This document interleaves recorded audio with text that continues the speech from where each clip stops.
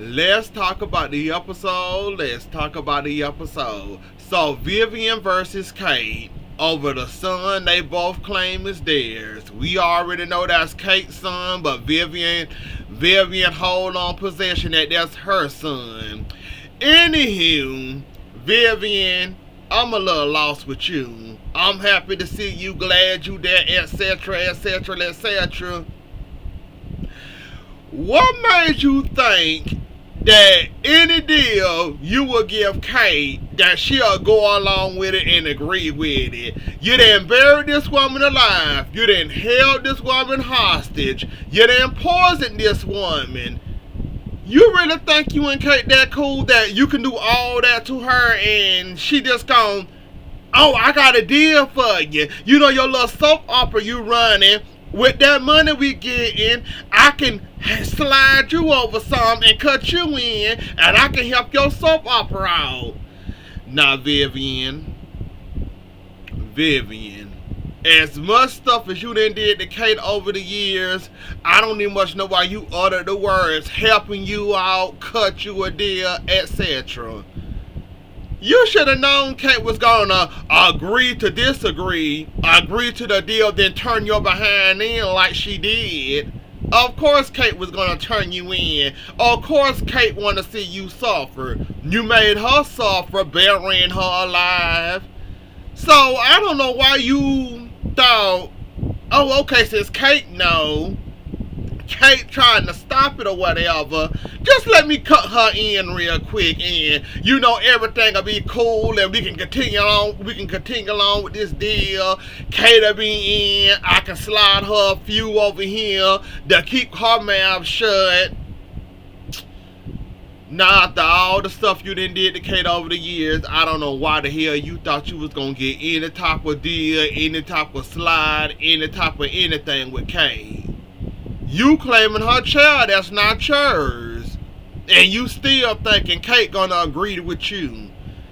I saw Kate shake your hand. I said, mm-hmm. And as soon as she got her hand out of your orbit, why she end up calling the police or end up turning you in or end up getting you arrested somehow or the other. As soon as I said it and thought it, there go Kate hesitating with the phone, getting ready to call Jada. Nope, she didn't call. She went and go see her. You didn't see any of this coming. She gave you hint when she saw you and said, let me call the police in the hotel room. And then she said, okay, fine. You hung up this phone. I got my own phone. Let me call the Salem police right here, right now. You didn't see any of this coming for real, Vivian. You don't think Kate want to see you suffer after everything you done to her? That's a little bit of karma on her half, a win-win in her column. You didn't see any of this coming at all. I'm surprised and shocked that you're surprised and shocked that Kate was going to turn your behind in. Like, I saw it coming. This a get back for Kate. Of course Kate gonna get her get back from you and gonna turn your behind in. Hell, I would turn your behind in. You bury me alive. You poisoned me. You stole my child. You pretending like this your child, like you have some type of bond with Philip. Hell, I'll turn your happy behind in too. Now, Jada, I got to give you some props. And then I got to take them back. Now, you got the biggest fish of Salem, the biggest criminal, well, one of the biggest criminals in Salem that always managed to get out of town and escape us. You know all of that. Was that call really worth it getting on the phone with Rave? Besides reeling her on in, you didn't call her. Now, why didn't you reel her on in to the slow Salem PD? Why would you sit there and have a conversation with Rave?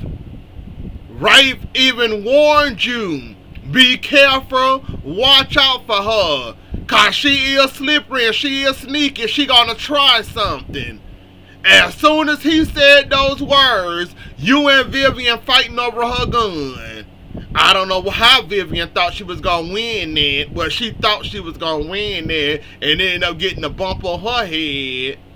and then wake up in the hospital talking about some, I demand a phone call. I demand you take these cuffs off of me. I demand you to do this. I demand you to... Vivian, you are one of the worst career criminals out there, minus Orpheus and Clyde and the other ones. What makes you think you had any rights once you was in that hospital bed chained up? I sat there and laughed at you, thinking that you had some type of right. And all the stuff you done did over the years. Like, you really thought you had some rights. You really thought you was gonna win that. You really thought you was gonna play victim. You really thought that anybody was gonna take your side of what happened in that hotel room when Jada was on the phone. You really thought somebody was gonna take your side. You are a career criminal. You hurt and abuse people. You and your goon. You poison people, bury people alive. You shoot people. Who gonna take your career criminal side, old lady? Like, I can't believe that you really thought you had any rights. I sat there and laughed at you too, about the I demand this, I demand that. I'm saying, and you gonna demand right back there in that hospital bed, sit up there chained up. That's the only command you gonna get out of this whole commanding that you demanding. Like, did you really think you had any rights, or you have a right to an attorney? That's the only right you have in that moment. And your phone call, and maybe a square meal from the hospital to the police station, that's about all you can get. But as for letting you go, for you can get back in your submarine and go back to Alemania, that ain't happening. And what the hell did you do to Stephen? Did you really send him back to Alemania? I believe you'll do some sneaky mess like that. And Gabby, the fact that you know Vivian in town and knowing that she don't like you, can't stand you, etc., that should have been your warning sign right there. Stephanie disappeared out of thin air. EJ don't even much know where he is. You getting the voice papers. You got to force yourself to sign them. Did any of that ring any bells to you that Vivian might be involved in this, and that you and Stephanie might also have another shot together? None of that rung any bells when Ray Wesley told you Vivian in town, Stephen gone somewhere, you can't find him, EJ don't even much know where he at. Did none of this ring a bell and you getting divorce papers this fast? None of this rang any bells, even though Stephen basically told you, I want the divorce. People basically telling you there's a chance that you still can have your husband back. None of this rang any bells from you when you heard that Vivian in town. Like, come on, Gabby. You know Vivian can't stand you. You know she don't want you with her son. Come on, Gabby. Put two and two together. Stephen gone in the thin air. Come on, Gabby. Think, girl, think. Don't sit there and let your relative friend or childhood friend or whoever he is confuse you. Think, Gabby, think. Vivian is in town. Stephen is gone into thin air. Don't nobody know where he's at. Your divorce papers are getting rushed to you, forcing you to sign. Come on, Gabby. You already know that woman can't stand you. You already know she attempted to shoot you and all this. Come on, Gabby. It don't take a rocket science to figure out that somehow Vivian involved in this. But I guess not, I guess. She'll think about it later on once she realizes why Vivian really him. Xander versus Philip. Now, Philip, you always have been kind of hard-headed. You always kind of risk things and it don't turn out in your favor. Now, for you to sit there and turn a hothead like Xander, with a gun, whether it was loaded or not, You really took a risky move, and that wasn't no Kiriakis way, because ain't no Kiriakis would have taken no bullet from a hothead over here holding no gun to you. And that make sure Kiriakis sitting out there taunting a crazy person with a gun with a hot temper, where you can have that Kiriakis mess, because I wouldn't want no parts of it. Like, you was very lucky. Even you had to... Thank God for this little miracle. Because that man could have shot you and could have, did what he did to you. Taking risks like that, then come to find out you going along with Vivian and her scam, with her forging stuff. Like, yeah, you stopping Xander for now, but how long is that going to last? How far is that going to get you? Vivian forged those papers, which was able to stop Xander at this very moment. How long is this gonna last? How long you think this gonna last? Till somebody put two and two together and realize that those papers was forged.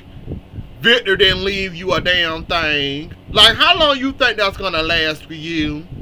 Going along with the person that you despise, that you can't stand to be around for less than 30 minutes. How long you think this gonna last? And then you taunt him with a gun, telling him, "Oh, shoot me." That means you're gonna be away from Sarah, your kids. You want to see your kids grow up, and like, Philip, you do too much at the wrong time. Like, you sitting out there taunting that man, knowing Xander is crazy, and knowing Xander don't give up. You know what? At any time of the day, pulling a gun out on somebody, or shooting somebody, or holding somebody hostage. Like, you really took a fate deal. And you better be lucky that fate was in your favor that day. Because if I was there, I would have shot your behind too, to be honest and fair. Because you do got a big mouth. And you do play too much. And you also don't know how to control yourself worse than Xander. And you also pop up at the wrong time with your big mouth of yours. Up there bringing up that boy mama, bringing up his kids, bringing up Victor didn't like you like that. You was always the gardening and all this and all that. Philip, while you sitting up there talking about what Victor didn't do for Xander, am I mistaken or am I not? Victor didn't mess with you in that type of way either. How many times have you ran the CEO position? How many times has Victor played with you and played in your face? And did you the same way he did the big Xander, minus the gardening job. So you want to hurl insults and talk mess and taunt that man, you ain't got no room to talk neither, because Victor did all y'all the same. Relatives, family, son, or not. He didn't give a damn. So while you sit up here taunting Xander over here with what he was, and he ain't no real Kiriakis and all this and all that, Victor played in your face so much you didn't even much care about that position no more. So while you talking about you the true son, you this, you that, I never had to be a gardener and all this, and Victor also played in your face several times and a whole lot of time too, because he knew you was obsessed and thirsty over that CEO position too. I was there, I saw it all. So while you throwing that in Xander's face, somebody can turn around like me and also tell you that Victor also played in your face several times also. So, who insulting who here? Yeah, Xander had that. Yeah, Victor basically didn't mess with Xander that way. Yes, he did him dirty, but he did all y'all dirty. So, you talking about him, somebody can turn around like me and also tell you that Victor also played in your face in the worst way possible too.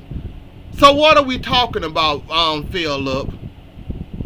I just didn't understand or realize how you sit out there taunting that man like the way you taunting him, and thinking that you had a good life with Victor too, and he also then playing your face and control and manipulate you in several ways possible, even when you lost your mind running behind Chloe.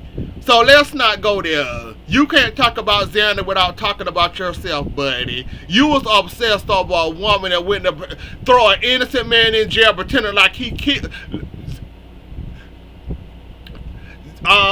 Philip, go find you something productive to do with your time besides sitting up there taunting that man. Victor played in your face several times also, and probably way worse than Xander. So let's not go there. Tate and Holly. So Holly. So Phil and Tate did do the deed. Holly's back in town.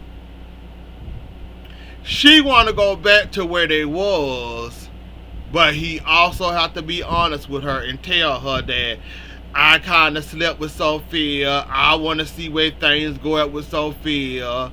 I love you, but I want to try things out with Sophia. And oh, I slept with her.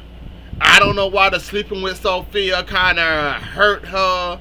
Even though you broke up with him, well, y'all broke up with each other technically, and after playing around in my father's things, trying to throw an investigation or throw my dad in jail over a crime he didn't commit, I think that's over and done, and you shouldn't be worried about him and Sophia sleeping together. You should be more worried about trying to get your man back and forget that he slept with Sophia. Like Brady told her, she can't really be mad about that. You could be honest and tell her, but as for her being mad, she can't really be mad about that because y'all wasn't together and y'all wasn't fooling with each other like that.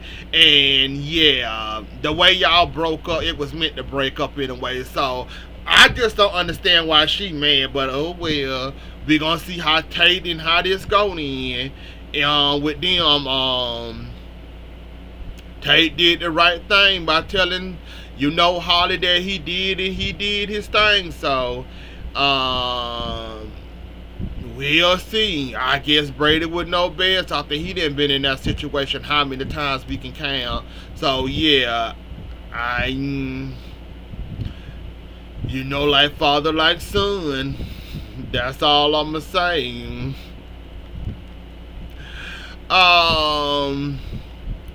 The people coming back to town and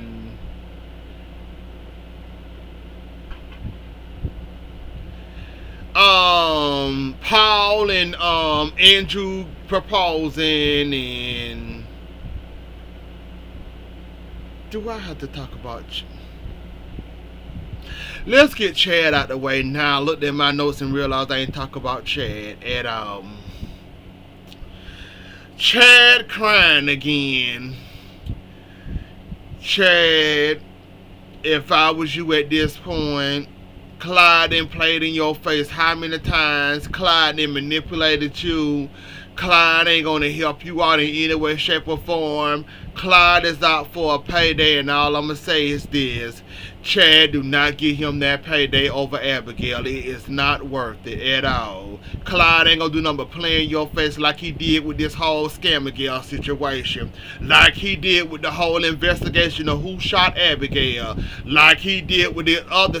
Like Clyde gonna continue to play in your face no matter what. So the best thing you can do for yourself and your sanity and heal from this Scamageddon situation, don't involve yourself with Clyde and don't listen to Clyde. Just ignore him and ego him, cause all he gonna do is use you and hurt you 10 times worse than what Scamageddon did to you. So if I was you, I wouldn't entertain it. I would move on. I would heal myself on.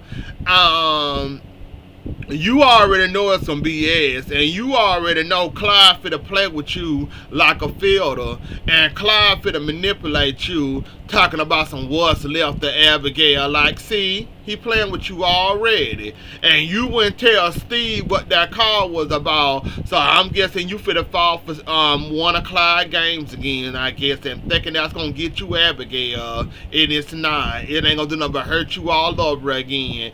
That man is out to hurt you and your family to the max, and hopefully get a payday out of it. You'll be lucky if he even find you Abigail at this point. Like, Chad, don't put yourself through that. And the fool that I know you are, you gonna end up falling for that, and you gonna end up falling right in that hole. Jada and Ray he finally proposed to her after all these times. She running around bragging, showing it off, all this, Gabby, everybody happy for her, etc., etc. That's about all that happened for them, that proposal. That's about it. And Johnny running around here trying to make things right with with Chanel after he didn't mess things up, accusing that woman of cheating on her with that boy for all this time and running around here crazy. So yeah, that's not basically all that happened besides Marlene and her anniversary, then Megan her anniversary, and Victor and Steve and John finally got cleared because this involved Constantine and all that harassment and aching and all that suffering that I went through with Constantine, and basically it was for nothing. Basically, that's it. That's all. That's all it was. And now Victor avenged, Steve avenged, John avenged. It's their wedding anniversaries, Maggie anniversaries, Marlena's anniversary. Andrew came to town, Paul came to town, Belle came to town. Paul came to town with a twist, want to propose to Andrew. Basically, they was doing a little baseball family, whatever that was, they was doing, and basically Marlena finna get the short end of her anniversary because basically the first wife called first, and why it's her anniversary is ISA anniversary first, I guess. So they get high priority over John, and you always know how this ISA mess go, and anything that's special or any occasion of Marlena, the first wife always got to get the first dibs on John. He got to go talk about a case or whatever, and they need his expertise. This couldn't wait till after the anniversary. The first wife called, so she get top priority. Marlena always get the scraps after all these years. She always second fiddle to ISA, meaning ISA is the first wife, Marlena is the second wife, and basically I thought Kristen was going to ruin that by, coming up being a bother, harassing Marlena, throwing insults and all this and all that. Then Belle came, then Paul came. Well, Andrew showed up. No, Belle, then Andrew. Paul came later. He proposed to Andrew. Everybody was excited for it. Everybody happy for that. But yeah, Marlena finna get the short hand of the stick per usual when it comes to the first wife. I say the first wife always get top priority over Marlena, the second wife and the second fiddle. So I don't know how she put up with it. I wouldn't put up with it. John should be retired. They can consult with John at any time of the day. Why the anniversary of her marriage, and now all of a sudden they wanna have this talk and consult with John? Like I said, the I say is the first wife, Marlena is the second wife. I say always get top priority. Marlena always get the scraps. I always said that over the years, and I say, and John have yet to prove me wrong with that. When Marlena gonna get top priority? When will I say get the scraps? But I guess it don't work like that. When duty called, John ready to go. Besides telling them no, or can it wait? No, it's high priority. You come now. Forget Marlena. She'll forgive you like always. The first wife called. You come running right now. But anyways, though, y'all, that was the episode. Don't forget to like, share, comment, and subscribe. I'll see y'all later. Enjoy the rest of y'all night. Have a good weekend, and I'll catch y'all later. Bye.